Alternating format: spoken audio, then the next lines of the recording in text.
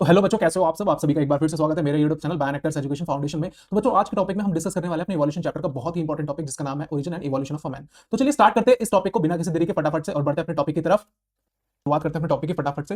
ये जो टॉपिक है आपका origin and evolution of a man, ये आपका बेसिकली एनसीईआरटी बेस्ड टॉपिक है। तो इसके अंदर जितने भी आपके नोट्स होने वाले हैं, जो भी आपका आने वाली स्लाइड्स में आप नोट देखोगे, वो कंप्लीटली बेस्ड है एनसीईआरटी के ऊपर। तो ऐसी कोई भी इंफॉर्मेशन नहीं है जो एनसीईआरटी से लेफ्ट करी गई हो या फिर एनसीईआरटी में से छोड़ी गई हो।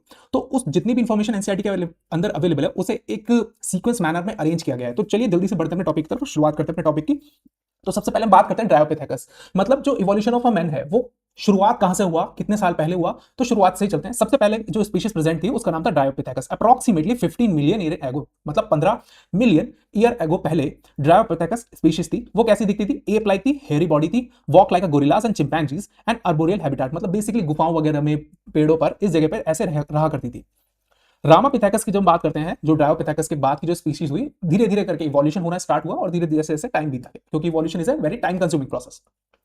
तो approximately 15 million year ago more man like then that Dryopithecus. मतलब जो ड्रायोपिथेकस थे, जो कंप्लीटली एप लाइक स्ट्रक्चर दिखते थे, जैसे गोरिल्ला की तरह चलते थे और चिंपैंजीज की तरह चलते थे, रहते थे, तो उनमें से थोड़ा और इवोल्यूशन होना स्टार्ट हुआ और बेसिकली वो मोर मैन लाइक दिखने लगे। मतलब जैसे मैंस होते हैं आज के टाइम, तो उनकी तरह धीरे धीरे उनका फेशियल स्ट्रक्चर चेंज होने लगा।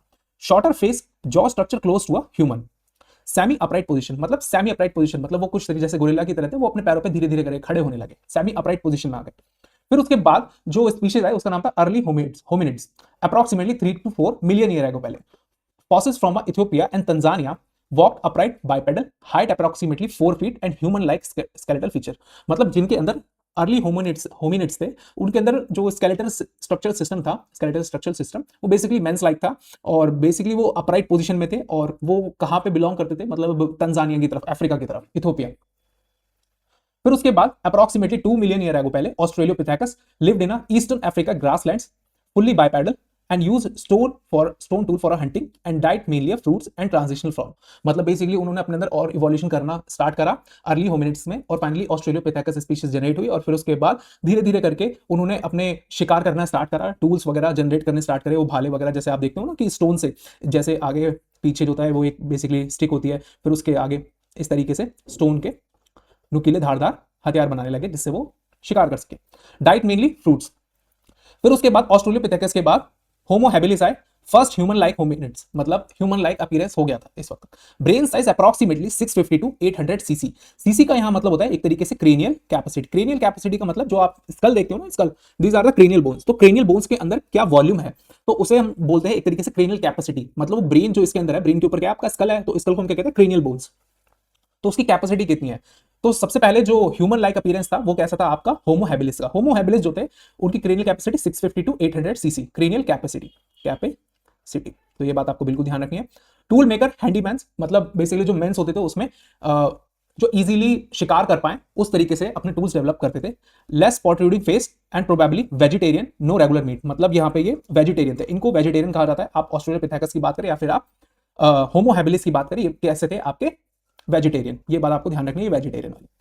फिर उसके बाद डेवलप हुए Homo erectus. Homo erectus approximately 1.5 million year ago पहले। Fossils found in Java. Java basically एक आइलैंड का नाम है, जो आपका इंडोनेशिया के पास जो आइलैंड प्रेजेंट है उनमें से जावा एक आइलैंड है, वहां पर प्रेजेंट है आपके Homo erectus approximately 1.5 million year ago पहले। ब्रेन साइज अप्रॉक्सीमेटली कितना? 900 CC, cranial capacity, fully straight erect posture. मतलब जो पोस्चर था, बॉडी का पोस्चर फुली स्ट्रेट हो चुका था, मतलब कंप्लीटली उनकी जो कमर थी वो स्ट्रेट हो चुकी थी। रीढ़ की हड्डी से बोलते हैं। 8 मीट, ये मीट वगैरह खाते थे। यूज मोर एडवांस्ड टूल, मतलब बेसिकली बहुत एडवांस टूल यूज करने लगे, जैसे पहिया वगैरह का यूज करने लगे और भाले वगैरह क्रिएट करने लगे, नुकीले होने लगे, ठीक है, और basically hammer like structure create करने लगे। Neanderthal mans approximately 1,40,000 year ago. Brain size 1400 cc, lived in near the eastern and the central Asia, used animal hides as a cloth, buried their dead and social and cultural behaviour present. मतलब जो आपके Netherlands men's थे, Netherlands men's में finally उनकी जो cranial capacity थी वो काफी ज्यादा बढ़ गई थी, जिसकी वजह से उनके अंदर एक तरीके से डेवलप होने लगा था ब्रेन। और ये जब ब्रेन डेवलप होने लगा तो उन्होंने जो एनिमल स्किन होती थी उसके क्लोथ्स बनाना, उन्हें ओढ़ना स्टार्ट करा, ठीक है। और फिर उसके बाद जो उनकी डेड बॉडीज जो होती थी उन्हें जलाना स्टार्ट करा, ठीक है। अपने अपने cultural and the social behaviour present करने लगे, उन्हें समझ होने लगी किस तरीके से इवोल्यूशन किया जाता है, या फिर हम बात कर अपनी प्रोजेनी को इंक्रीज करने लगे। फिर धीरे धीरे करके जब कॉन्टिनेंट्स मर्ज होने लगे और डिफरेंट डिफरेंट कॉन्टिनेंट्स की तरफ, जो आपके नीदरलैंड मैन से वो मूव करने लगे। और बेसिकली अब जो स्पीशीज प्रेजेंट है उसका नाम है Homo sapiens, modern human. Origin in Africa, brain size approximately 1400 CC, and highly developed intelligence, language, arts and cultural and agriculture. Basically agriculture पे आज की जो होमो सैपियंस की हम बात करते हैं तो होमो सैपियंस है, और ये आपके एग्रीकल्चर के ऊपर बेस्ड है। 10,000 ईयर एगो, और इनका जो जन्म था होमो सैपियंस के 10,000 साल पहले। और परमानेंट सेटलमेंट, और बेसिकली ये परमानेंट सेटलमेंट हो गए और डिफरेंट डिफरेंट कॉन्टिनेंट्स की तरफ जाते गए होमो सैपियंस, और डिफरेंट डिफरेंट मेंस बनते गए। आपके different different evolution of a man होता गया, जैसे कि आप देखते हो कि different different kind of races प्रेजेंटेज हैं। आप देखते हो कि इंग्लैंड की तरफ जो लोग होते हैं काफी ज्यादा गोरे होते हैं, और अफ्रीका की तरफ होते हैं वो काफी ज्यादा ब्लैक होते हैं, वो उनकी डिफरेंट डिफरेंट रेस है। ठीक है, तो ये था एक तरीके से इवोल्यूशन ऑफ मैन के बारे में। अब हम बात करते हैं एक एक निमोनिक्स की बात करते हैं, या फिर हम बात करें एक फ्लो चार्ट की फॉर्म में हम किस तरीके से याद रख सकते हैं। जब हम एक फ्लो चार्ट की फॉर्म में याद रखने की कोशिश करते हैं तो सबसे पहले आपके ड्रायोपिथेकस थे, फिर उसका ड्रामापिथेकस, फिर अर्ली होमिनिस, फिर उसका ऑस्ट्रेलोपिथेकस, फिर होमिलिस, हैबिलिस, होमो हैबिलिस, फिर उसके बाद होमो इरेक्टस, फिर नीदरलैंड मैन, फिर होमो सैपियंस फाइनली। तो इनके जब हम लोकेशन की बात करें तो ये अफ्रीका में प्रेजेंट थे ड्रायोपिथेकस। रामापिथेकस स्वालिक हिल्स पे, Siwalik hills means India and Pakistan, ठीक है, some kind of Ramapithecus. And Africa like Tanzania, early hominids.